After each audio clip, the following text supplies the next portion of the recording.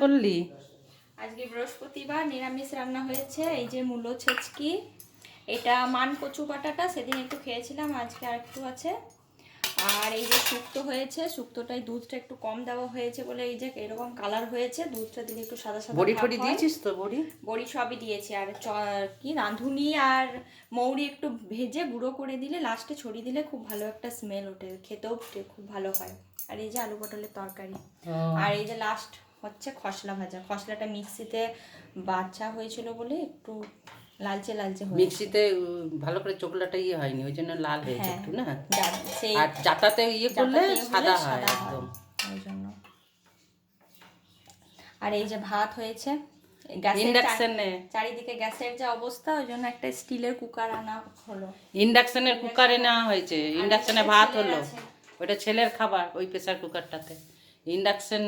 ইন্ডাকশনের এই যে কুকারে ভাত হলো, ইন্ডাকশনে করা হয়েছে।